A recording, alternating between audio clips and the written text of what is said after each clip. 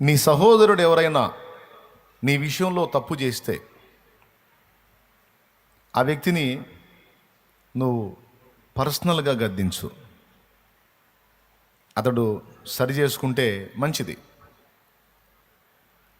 లేకపోతే అతడు సరి చేసుకోకపోతే ఏది సింగిల్గా ఒంటరిగా ఉన్నప్పుడు నువ్వు వెళ్ళి అతన్ని దిద్దుబాటు చేయడానికి ప్రయత్నించు. దిద్దుకుంటే సరి, దిద్దుకోకపోతే ఇద్దరు ముగ్గురు సాక్షుల నోట ప్రతి మాట స్థిరపరచబడినట్లు నీవు ఒకరిద్దరిని వెంట పెట్టుకుని అతని యొద్దకు పో. ఫస్ట్ నువ్వు సింగిల్గా ఉన్నప్పుడు అతనికి నువ్వు సింగిల్గా వెళ్ళి చెప్పావు, ఫలానా విషయంలో నువ్వు కొంచెం ఇబ్బందికరంగా ఉన్నావు, నన్ను అభ్యంతరపరిచావు, నువ్వు దేవునికి కూడా అవమానకరంగా ఉన్నావు, దయచేసి సరి చూసుకో. పర్సనల్గా అతన్ని కూడా సింగిల్గా, అతని చుట్టూ ఉన్నప్పుడు మనుషులు ఉన్నప్పుడు నువ్వు అతన్ని గద్దించొద్దు. అతను సింగిల్గా ఉన్నప్పుడు అతన్ని దిద్దుబాటు చెయ్యి. ఒకవేళ నీ మాట అతడు వింటే నువ్వు నీ సహోదరుని సంపాదించుకున్నావు, వినలేదు, ఏడిసేవలేపో అన్నాడు. అప్పుడు ఇద్దరు ముగ్గురు సాక్షుల నోట ప్రతి మాట స్థిరపరచబడినని ధర్మశాస్త్రంలో ఉంది. కాబట్టి ఒకరిద్దరిని నీ వెంట పెట్టుకో, గుంపును వేసుకెళ్ళవాకు, ఒకరిద్దరిని వెంట పెట్టుకో. మళ్ళొకసారి గద్దించు, మళ్ళోసారి దిద్దుబాటు చేయడానికి పూనుకో. అప్పుడైనా వింటే సరి. అప్పుడు కూడా అతడు విని లేక ఆమె విని దిద్దుబాటు చేసుకోకపోతే ఈ సంగతి సంఘానికి తెలియజెప్పు. సంఘము ఎదుట అతన్ని గద్దించాలి, సంఘము ఎదుట అతన్ని గద్దించాలి. సంఘం ఎదుట అతన్ని గద్దించినప్పుడు సంఘమంతా అతన్ని గద్దించినట్టే.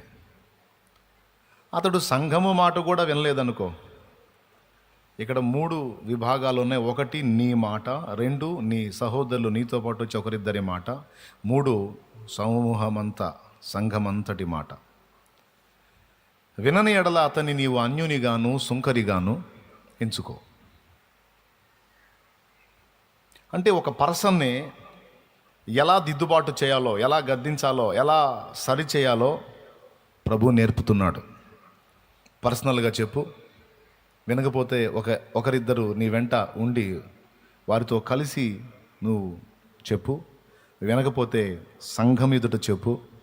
వినకపోతే ఇక వాడిని అన్యునిగాను సుంకరిగాను లెక్కేసుకో. అంటే సంఘము నుండి ఇక వాడు వెలివేయబడ్డట్టే. సంఘం ఎదుట కూడా వాడు దిద్దుబాటు చేసుకున్నప్పుడు ఇక సంఘం వాడిని గౌరవించదు. కొంతమంది ఇలా బాధపడే వాళ్ళు ఉంటారు. శాలేమన్న ఒక వ్యక్తిని పక్కన పెట్టాడంటే ఇక సంఘం ఎవ్వరూ పట్టించుకోర్రా. శాలేమన్న వీడు తేడా అని పక్కన పెట్టాడంటే ఇంక సంఘం వాడిని లక్ష్య పెట్టరు. అదేంది అసలు, అట్లా కరెక్ట్ కాదు కదా. ఆయన పక్కన పెట్టినా సంఘం లక్ష్య పెట్టాలి, కుదరదు అట్లా. దైవజనుని దాకా వచ్చి దైవజనుడు ఒక వ్యక్తిని పక్కన పెట్టాల్సి వస్తే అది సంఘం అంతా కలిసి పక్కన పెట్టినట్టే. సంఘం ఇక ఆ వ్యక్తికి విలువివ్వరు. అదే సంఘం అంటే. అందుకే నా దాకా వచ్చిన దాకా ఉండకూడదు, ఏ సమస్య అయినా, ఏ విషయమైనా. అంటే ఇప్పుడు ఎవరో ఏదో చేసేదని కాదు, ఏ సంఘంలోనైనా ఇదే పరిస్థితి ఉంటుంది.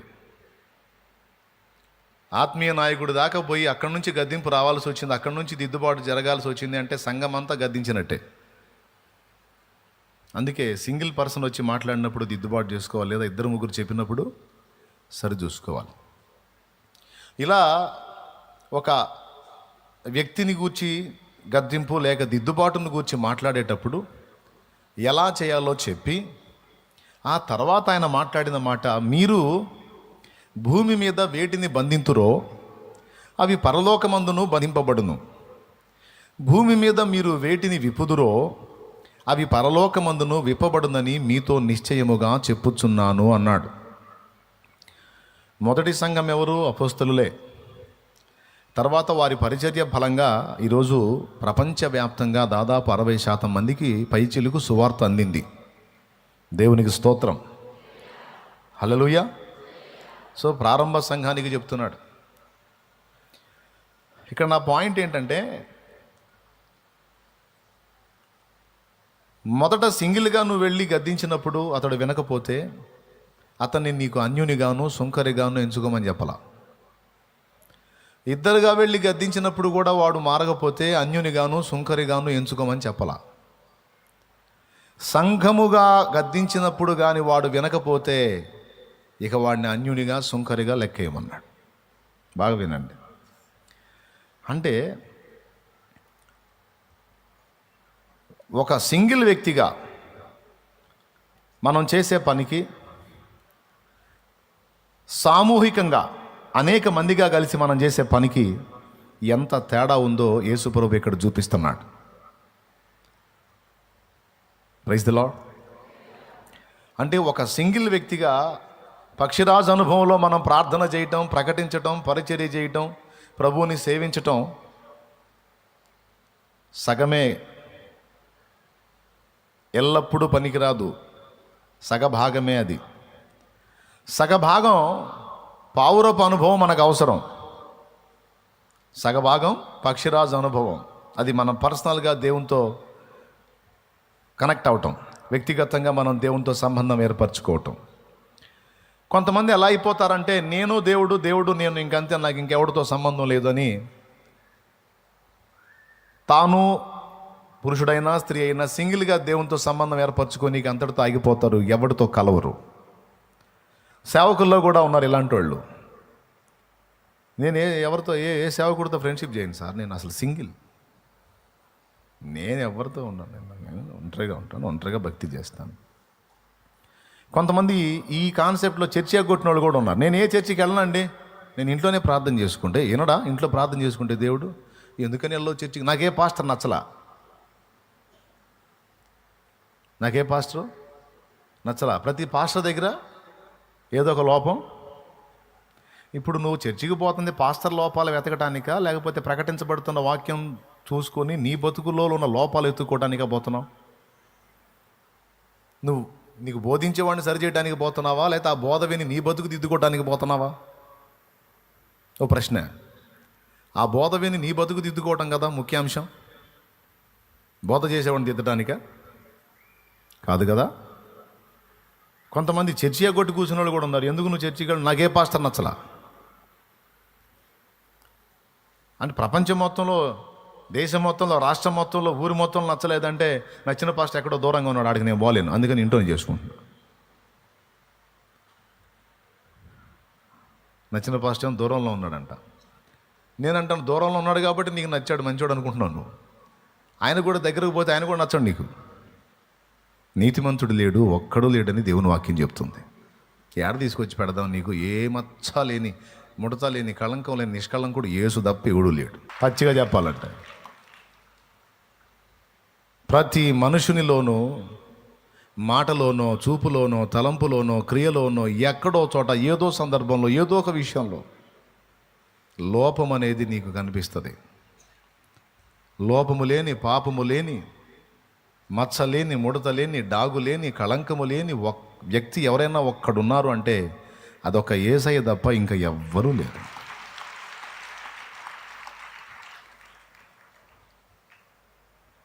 రంధ్రాన్వేషణ చేయటం అనేది మంచి పద్ధతి కాదు. అది నీలో నువ్వు చూసుకుంటే సూపరం, నాలో నేను వెతుక్కుంటే ధన్యులం. కానీ ఏం చేద్దాం, మానవ నైజం ఏ కాడికి పక్కోళ్ళ మీద వేయటం, పక్కోళ్ళలో వెతకటం. తోటకి కాపు పెట్టింది ఎవరిని? ఆదాంని. కాపలా గాయాల్సినోడు ఎవరు? ఆదాం. కమాండ్ చేయాల్సినోడు ఎవరు? ఆదాం. ఆదామా, నీవు దిగంబరివని నీకు తెలిపిన వాడెవడో?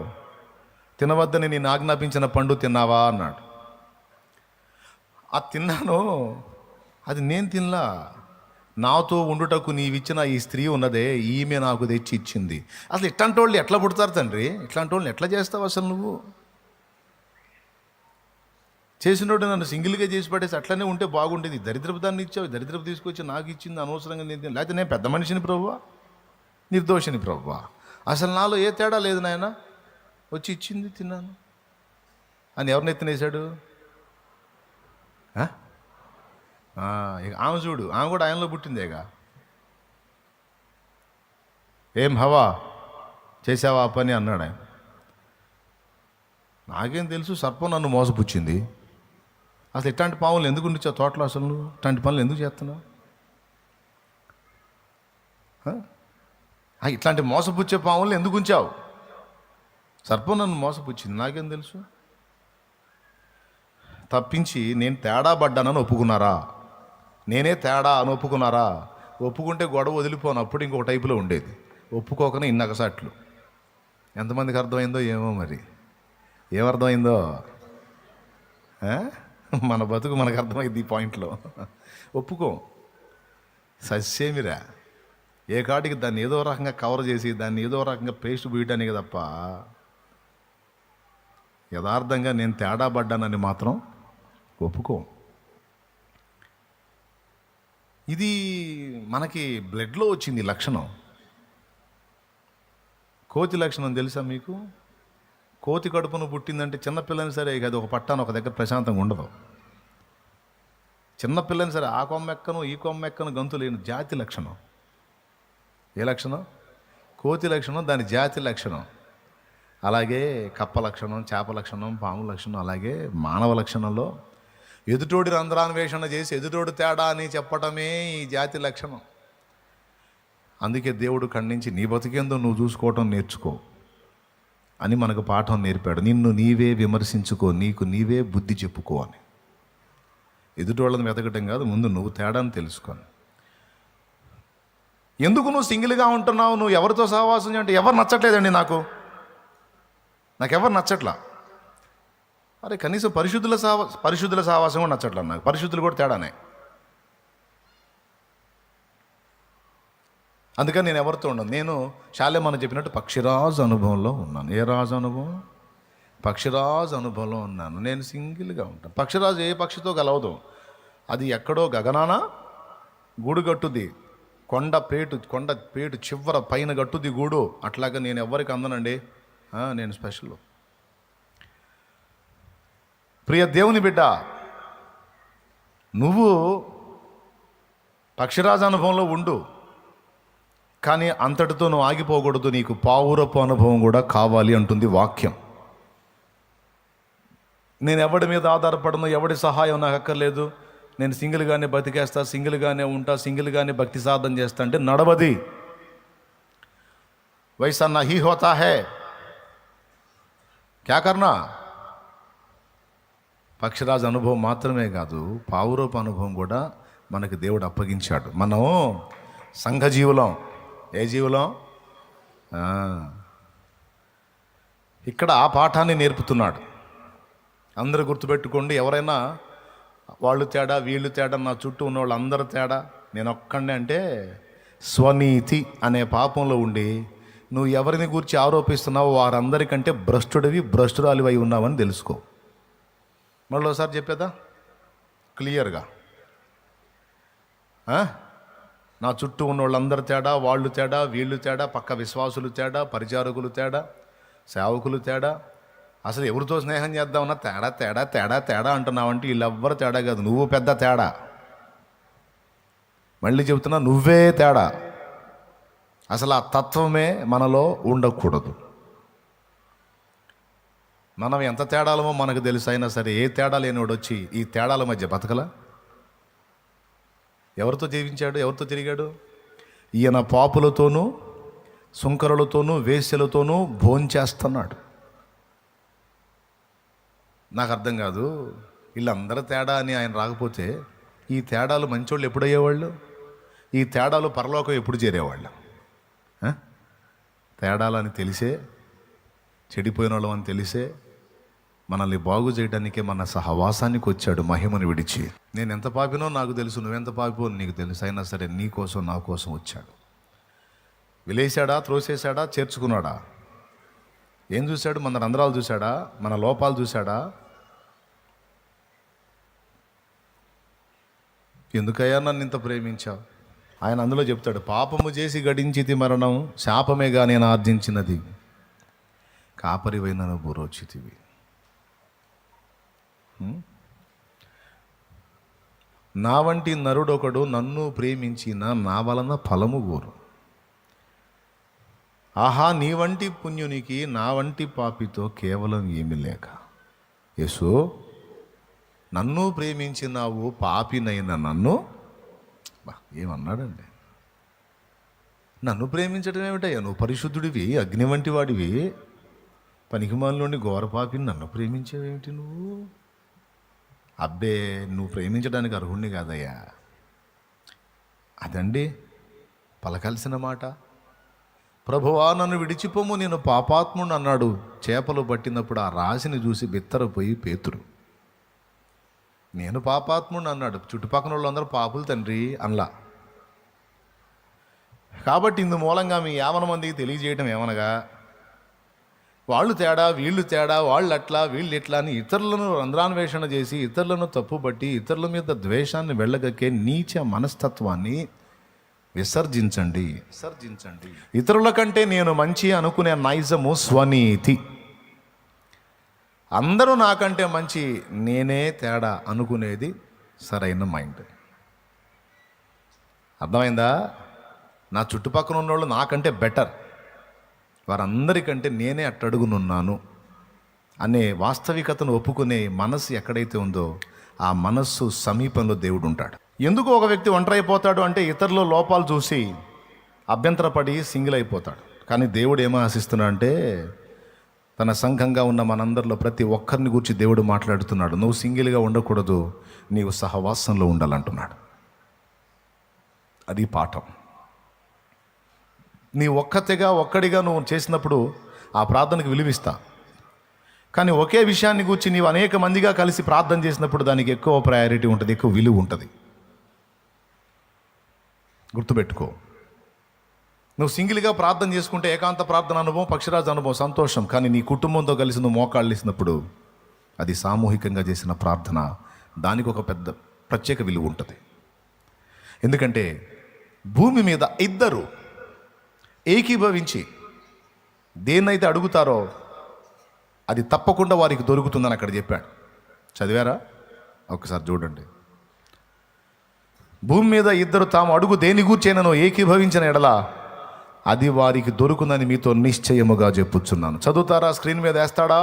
భూమి మీద మీరు వేటిని బంధింతురో అవి పరలోకమందును బంధింపబడును, భూమి మీద మీరు వేటిని విప్పుదురో అవి పరలోకమందును విప్పబడునని మీతో నిశ్చయముగా చెప్పుచున్నాను. మరియు మీలో ఇద్దరు తాము వేడుకొను దేనిని గురించి అయినను భూమి మీద ఏకీభవించిన ఎడల అది పరలోకమందున్న నా తండ్రి వలన వారికి దొరుకునని మీతో చెప్పు. 19వ వచనం చూడండి. భూమి మీద మీలో ఇద్దరు మరియు మీలో ఇద్దరు తాము వేడుకొను దేని గూర్చైనను భూమి మీద ఏకీభవించిన ఎడల అది పరలోకమందున నా తండ్రి వల్ల వారికి దొరుకుందని మీతో చెప్పుచున్నాను అన్నాడు.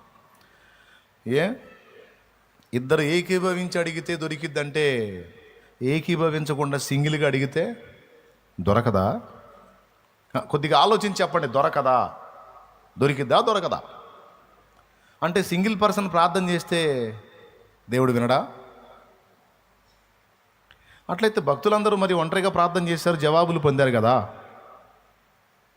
మరి ఇదేంది?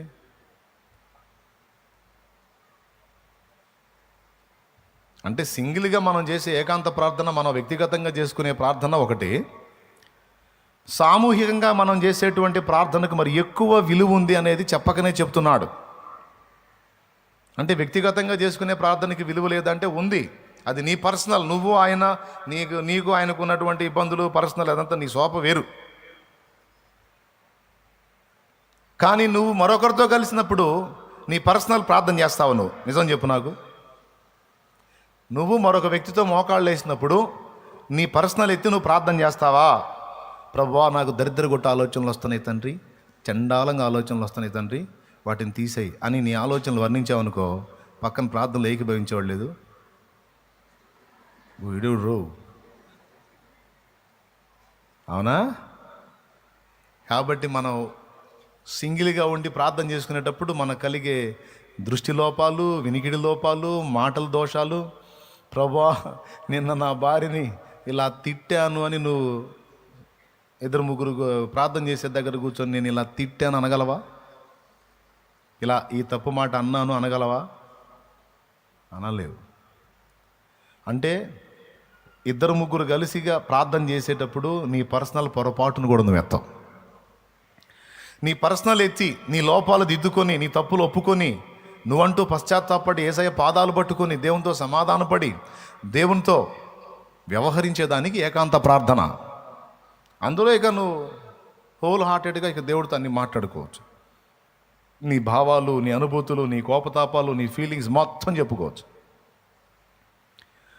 కానీ మరొక వ్యక్తి దగ్గర కూర్చున్నప్పుడు ఇక నువ్వు చెప్పమన్నా చెప్పబోయి ఇకంతా ప్రభువా, ఇకంతా ఎట్లా దేశం కోసం వచ్చిద్ది, సంఘం కోసం వచ్చిద్ది, సమాజం కోసం వచ్చిద్ది, శ్రమలో ఉన్న బిడ్డల కోసం వచ్చిద్ది, నశించిపోతున్న ఆత్మలు, ఇవన్నీ వస్తాయి. కానీ నీ వ్యక్తిగతం మాత్రం రాదు. ఒకవేళ వచ్చినా ఏమొచ్చిందో తెలుసా, నీ పర్సనల్ ప్రాబ్లం ఏవైతే ఉన్నాయో వాటిని గురించి మాత్రమే నువ్వు ఎత్తుతావు, కానీ లోపాలు ఎత్తలేవు.